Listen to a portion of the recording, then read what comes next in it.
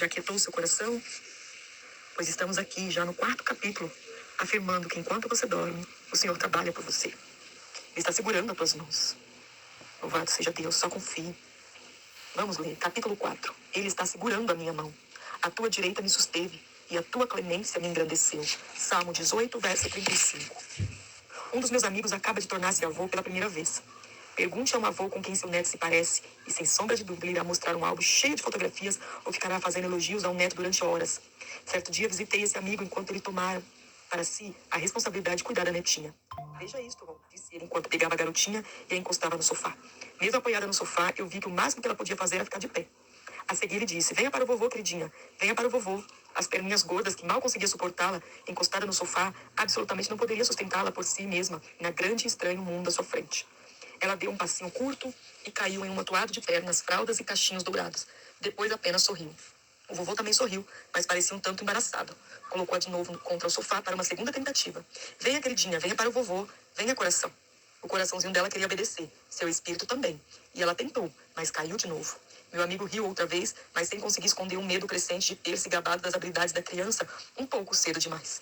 Talvez ela esteja apenas cansada, vovô, brinquei. Ele deu um muxuxo, mais uma tentativa. Mais uma pilha de 10 meses no chão. Essa aterrissagem foi mais difícil que as outras, e a menina começou a choramingar. Meu amigo deu a velha desculpa. Acho que ela está mesmo cansada, cansada demais por ter andado tanto ontem. Depois ele fez algo que achei maravilhoso. Em vez de deixar a pequena arrastar-se sozinha e derrotada pelo chão, ele quis encorajá-la pelos seus esforços. Abaixou-se com suas mãos grandes, calorosas, tomou os dedinhos gorduchos dos seus e levantou-a. Fez com que se virasse de costas e colocou os pezinhos sobre os seus. Quando ele levantava o pé esquerdo, o pé direito dela também subia. O mesmo com o pé esquerdo. Direito. Eles andaram pela sala com a previsão que tinha feito o sargento instrutor de fuzileiros navais ficar orgulhoso. Uma expressão de segurança e prazer surgiu no rostinho da criança. Ela estava andando. Fora transformada instantaneamente de um bebê que não conseguia andar em uma mulherzinha caminhando pela passarela em um desfile pela Miss América. Tudo por causa das mãos e pés úteis do vovô. Ela riu alegre e andou orgulhosa, jovem demais para perceber que seus pezinhos se equilibravam em pés grandes que haviam dado muitos quilômetros, que suas mãozinhas se agarravam a mãos grandes que havia carregado fardos pesados, que seu equilíbrio dependia do equilíbrio de um homem que enfrentara o vento, marchara na lama, andara sobre o gelo e atravessara rios caudulosos com água até os quadris. Todo o tempo ela foi estimulada pelo coração de um avô que previa suas necessidades e amava muito. Como filhos do Pai Celestial, nós também necessitamos de ajuda para caminhar pela vida. Davi sabia o que dizia quando escreveu: a tua direita me susteve e a tua clemência me engrandeceu. Alargaste sobre os meus passos o caminho e os meus pés não vacilaram. Salmos 18, 35 e 36. Ele toma as nossas mãos nas suas e levanta gentilmente. Ele nos sustenta, maciando o caminho à nossa frente. Ele impede que saiamos da estrada. Continuaremos a tropeçar e perder o equilíbrio às vezes. Claro que sim. Mas as escrituras nos asseguram que se estivermos agarrados à sua mão, nossos tropeços não chegarão a ser quedas trágicas. O Senhor firma os passos do homem bom, e no seu caminho se compraz. Se cair, não ficará prostrado, porque o Senhor o segura pela mão. Quem dentre nós nunca tropeçou, ou falhou, ou tremeu de medo? Todos precisam de ajuda, mas nem todos sabem disso. Quanto a mim, estou aprendendo. Quando nossos filhos eram pequenos, nós os levávamos ao Worth, uma grande loja de departamentos. Ali no estacionamento, haviam colocado um desses parques de diversões com algodão doce, cachorro-quente, jogos e todo tipo de brinquedos, desde um polvo mecânico até uma formação de elefantes voadores. Decidimos começar pelo carrossel, mas não escolhemos um cavalo de corrida colorido, de óleo selvagem. Em vez disso, encontramos um burrinho sonolento, que parecia muito dócil. No final das contas, bem podia ter sido um garanhão vermelho, pois aquele burrinho corcoveava como um cavalo chucro em um rodeio. Posso ainda lembrar, enquanto tombavam para um lado na curva, quão depressa o rostinho deles passava de alegre expectativa para o mais puro terror. Joyce e eu fizemos o que os pais normais fazem. Tentamos incentivá-los. Quando passavam voando por nós, gritávamos: meninos, vocês montam muito bem. E oiê, está tudo ótimo. Os meninos não estão, na verdade, acreditando. De fato, não estavam sequer ouvindo. Tudo o que podiam fazer era assegurar-se. Joyce e eu tentamos ajudar, mas não adiantou. Finalmente, o homem dos controles misericordiosamente fez parar o carrossel antes que os gritos de terror deles amedrontassem os possíveis fregueses. Nossos filhos estavam atordoados e doentes. Nós os pusemos no colo e os abraçamos enquanto readquiriram o equilíbrio. Eu não ri, sabia como era. Eu fico tonto se giro depressa na cadeira do escritório para atender o telefone. Sim, eu sei o que é sentir-se atordoado. De muito jeito. Sei como é perder o equilíbrio. De muitos jeitos. Sei como é vacilar e tropeçar. De muitos jeitos. Já fiquei embaraçado mais vezes do que gosto de lembrar. Uma pessoa pode machucar-se se não pedir ajuda. Estender-se é isso, não é? E você não precisa estender-se demais. A não ser, é claro, que você sinta que Deus está muito longe. E só o pecado pode fazer com que a mão de Deus pareça distante. Eis que a mão do Senhor não está encolhida, para que não possa salvar, nem surdo o ouvido, para não poder ouvir. Isaías 59, 1, 2. O que é pecado?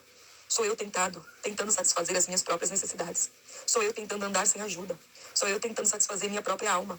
Sou eu recusando obstinadamente permitir que Deus, com sua mão forte e graciosa, me salve, me guarde e me sustente. As Escrituras ensinam que a mão de Deus pode sempre alcançar-nos, e ao fazer isso, realiza uma coisa: ela nos consola ou nos corrige. Sua mão nos corrige quando pecamos e tentamos ocultar nosso pecado.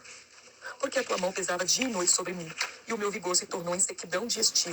Confessei-te o meu pecado, disse, confessarei ao Senhor as minhas transgressões. Salmos 32, 4. A sua mão nos sustenta quando estamos prontos a desistir e não podemos continuar. A minha alma pega-se a ti, a tua destra me ampara. Salmos 63, 8. A sua mão nos guia quando perdemos o rumo e precisamos de orientação. Se tomo as asas da alvorada e me detenho nos confins dos mares, ainda lá me haverá de guiar e a tua destra me susterá. Salmo 139, 9. A sua mão nos molda quando nos sentimos sem propósito ou valor. Mas agora, Senhor, tu és o nosso Pai. Nós somos o barro e tu o nosso oleiro. E todos nós, obra das tuas mãos. Isaías 64, 8. Quando os dias parecem mais escuros, eu me lembro da mão consoladora de Deus. É surpreendente quando esse toque terno pode significar. Penso em Joey Knapp, que era temido e agressivo como um trator. Ele dirigiu um caminhão de bebidas pelas estradas de Oregon e tinha um traço de avareza em seu caráter. Mas Joey encontrou a mão estendida de Deus em uma noite nevosa em Portland, Oregon. Quando tentava percorrer as suas cobertas de neve, um seu carro de bebidas quebrou exatamente em frente de uma igreja. Ouvindo cânticos no interior do prédio, decidiu entrar e foi convertido a Cristo naquela noite. Joey sentiu-se em breve chamado para o campo missionário. Depois de alguns anos, o ex-caminhoneiro veio a ser pastor da maior igreja de protestante de Barranca Bermeja, Colômbia. Ele pregava destemidamente a Cristo e pastoreou esse rebanho por bastante tempo. Clyde Taylor, diretor-geral da Associação Nacional dos Evangélicos, disse: Joey Knapp é capaz de viajar nos aviões dos rebeldes se esse for o único meio de chegar onde precisa ir. Para ele, valia a pena receber um tiro caso pudesse pregar o evangelho. Enquanto a esposa de Joey, Virginia, era uma mulher serena, recatada e graciosa, Joey era bombástico e agressivo. O que me passa na mente quando penso em Joey, porém, não é a sua pregação corajosa ou evangelização incansável. É a sua extraordinária ternura e cuidado com a esposa, enquanto ela se achava em uma casa de repouso. Ele sabia que ela tinha medo de ficar sozinha. E então esse homem, que anos antes podia tirar todo mundo para fora de um bar, sem ajuda de ninguém, ia visitar sua pequenina esposa e ficando sentado ao seu lado até altas horas da noite. Todos os dias, nas horas em que ficava perto dela, ele lhe dizia quanto a amava, quanto ela significava para ele e que a sua vida teria sido vazia e pálida sem ela. Mais que tudo, no entanto, Joey segurava a mão dela. Ela afagava constantemente para que ela soubesse que ele estava ali, que continuava se importando e faria tudo para que ela se recuperasse. O aperto forte da mão de Joey na sua era o elo que acalmava os temores de Virginia. De maneira semelhante, é a nossa ligação com Deus que afasta o medo, é a nossa ligação com Deus que nos tira da solidão e enche nossos corações de segurança. Não faz mal se você me chamar de simplista. Não será o primeiro, mas penso que muitos de nós tornamos a ideia de andar com o Senhor muito complicada. Ficamos pronunciando termos teológicos pesados de 5 sílabas, usamos toda espécie de listas evangélicas e algumas vezes fazemos recém-convertidos acreditarem que têm de estudar grego, hebraico e aramaico antes de poder realmente entrosar-se na vida cristã. Todas essas coisas são boas e sou grato pelos eruditos intelectuais cristãos. Mas não é bem possível que em toda a nossa sofisticação tenhamos perdido de vista os fundamentos da vida de Jesus? A vida cristã não se resume realmente em Deus nos segurar e nós nos agarrarmos a Ele? Certa vez os discípulos do Senhor começaram uma discussão sobre grandeza e posição. E quem seria o maior no mundo vindouro? Jesus o surpreendeu, chamando uma criança para o seu meio. Ele colocou os braços em volta dela e disse: Em verdade vos digo que, se não vos converterdes e não vos tornardes como criança, de modo algum entrará no reino dos céus. Portanto, aquele que se humilhar como esta criança, esse é o maior no reino dos céus. Mateus 18, 3. Uma das primeiras coisas que as crianças aprendem a fazer antes de falar, andar, comer cenouras amassada com a colher, usar o vaso sanitário ou ler e escrever, é simplesmente levantar as mãos para serem carregadas. Como disse Jesus, os pequeninos são humildes. Quando estão com alguma dor, com fome, com medo, confusos, solitários, querendo mudar as fraldas ou apenas uma mudança de cena, lá se vão os bracinhos para o ar. Papai, mamãe, vovô, vovó, quero colo, me carregue, ande comigo, fique comigo, me ajude, me segure. Um dos meus amigos disse que quando seu filho era pequeno, o menino não queria que o pai fosse embora depois de ter dito boa noite. Eles liam uma história, oravam juntos, bebiam um pouco de água e se abraçavam e beijavam. Então, quando a mão do meu amigo estava na maçaneta da porta para sair do quarto do filho, a vozinha dele se fazia ouvir no escuro. Papai, o que é? Quer ficar mais um pouco comigo? Na maior parte das vezes ele podia gastar mais um pouco de tempo com o menino que desejava prolongar a presença do pai e ficar de mãos dadas no escuro. A maneira como respondemos à mão de Deus é que realmente importa. Nós procuramos alcançar a sua mão estendida? Nós agarramos a Ele? Ficamos apegados a Ele mesmo quando a vida parece enlouquecer à nossa volta? Ou somos como crianças obstinadas que cruzam os braços, abaixam a cabeça e seguem teimosamente seus próprios caminhos? Como um pai de coração pesado, o Senhor diz ao seu povo: Estendi as minhas mãos todo dia a um povo rebelde, que anda por caminho que não é bom, seguindo seus próprios pensamentos. Isaías 62:5. Todos precisamos de ajuda, mas nem todos admitem essa necessidade. Tentamos sempre carregar mais do que devemos, e é por isso que ficamos tão frustrados. Observei no domingo passado um garotinho na igreja e aprendi uma lição valiosa. Ele era um menino teimoso. Ficava tentando abrir a porta dos fundos do prédio, mas ela não se abria. Ele puxou-a com tanta força, mas a porta continuou fechada. A frustração e a ira cobriram seu rostinho. Ele olhou em volta, deu uns passos para trás e correu na direção da porta, como fazem na TV. Nos filmes, é claro, a porta sempre racha e abre inteira. Esta não. Ele bateu contra a porta e depois caiu pesadamente no chão. Achei engraçado. Por quê? Porque em um espaço de 5 minutos, 3 pessoas se ofereceram para ajudá-lo. De cada vez, ele retrucou asperamente: Não. Eu, na verdade, fiquei até esperando que ele não conseguisse abrir a porta. Era demasiado orgulhoso para pedir ajuda. Não precisava de mão de ninguém. Ia fazer tudo sozinho. Chegou minha hora de sair, então fui até lá, virei a chave e escancarei a porta.